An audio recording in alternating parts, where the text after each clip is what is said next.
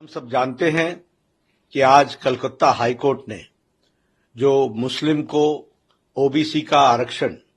यानी ओबीसी कोटा सब कैटेगरी में जो आरक्षण दिया जा रहा था उसको कलकत्ता हाई कोर्ट ने निरस्त कर दिया है। साथ ही साथ जो ओबीसी सर्टिफिकेट वेस्ट बंगाल में मुस्लिम्स को दिया जा रहा था 2010 से लेकर के 2024 तक, उसको भी हाई कोर्ट ने निरस्त कर दिया है। ये दोनों ही जजमेंट्स, ये दोनों ही जो फैसले आए हैं, ये बताता है कि किस तरीके से ममता सरकार गैर संवैधानिक तरीके से, अनकॉन्स्टिट्यूशनल तरीके से तुष्टीकरण की नीति को आगे बढ़ा रही थी और एक तरीके से कहा जाए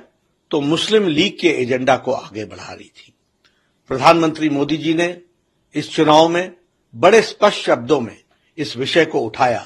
कि किस तरीके से ये इंडी गठबंधन, ये घमंडिया गठबंधन, ये ममता, ये राहुल गांधी, ये बाकी सारे टोला जो है, ये किस तरीके से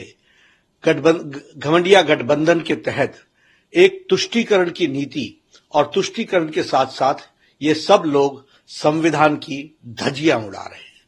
संविधान में साफ लिखा है कि धर्म के आधार पर आरक्षण नहीं होगा, लेकिन यह सब लोग मुस्लिम लीग का एजेंडा, जिस मुस्लिम लीग के एजेंडे के कारण भारत का विभाजन हुआ, उसी को फिर से आगे बढ़ाने का काम ये सारा घमंडिया गठबंधन कर रहा है और तुष्टीकरण की नीति को आगे बढ़ा रहा है। हाई कोर्ट के फैसला आने के बाद तुरंत ही ममता जी ने कहा कि मैं ना मानूंगी। ये क्या संविधान से ऊपर है?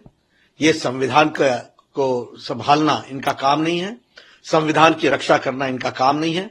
ममता जी ने संविधान की रक्षा की शपथ लेकर के वो मुख्यमंत्री बनी है